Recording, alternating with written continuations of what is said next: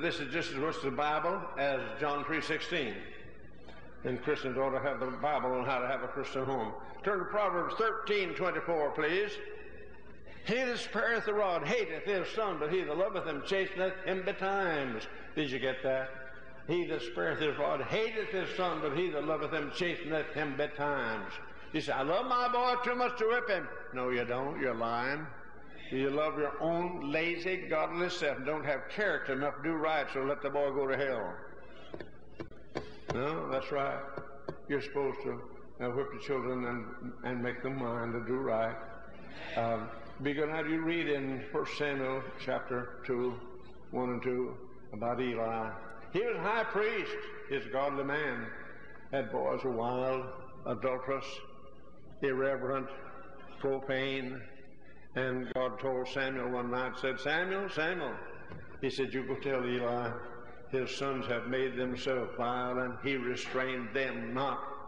And you tell him, I'm going to take the priesthood away from him and from his sons forever. Oh, what trouble.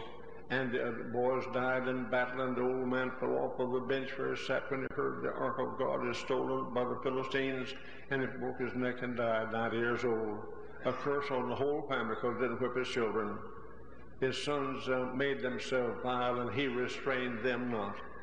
You know, it's a sad thing. So many Christian families, the children go wrong. I was in a Bible meeting at Central, Oklahoma years ago. I went downtown, and I went from store to store and met every businessman and invited them to come to the meeting.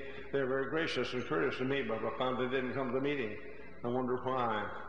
I found out after 2 or 3 nights, the pastor's son, 17 years old, came in drunk one night and couldn't get in the house, and so he went in the church in the basement and lay there and vomited all over the floor. They found him there in his vomits the next morning, and I knew then why people didn't come to church, that church. How many people, Christian people, let children go wrong? A man came to me since I've been at this conference. A fine young fellow came to see me. I know his father. He's a good man. And this young fellow told me how that when he was young, he got on dope and sin of one kind and another and followed him for years until the ghost of his sins haunts him today. A preacher's son. That's pretty bad, isn't it? Preacher's son, pretty bad. Bill Sunday had such a sermon on, get on the water wagon, a sermon against booze. And his own boys arrested again and again for drunkenness. That's pretty bad, isn't it? Yes. Let me tell you now, you better take to heart. If you can't raise a good family, you're not a good Christian.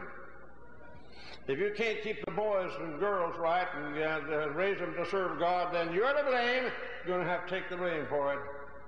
He that loveth his son spareth the rod. He that hateth his son spareth. He that loveth him chastens him betimes.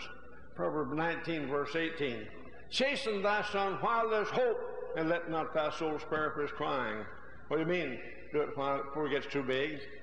Whip him while you're big enough to handle him. That's right.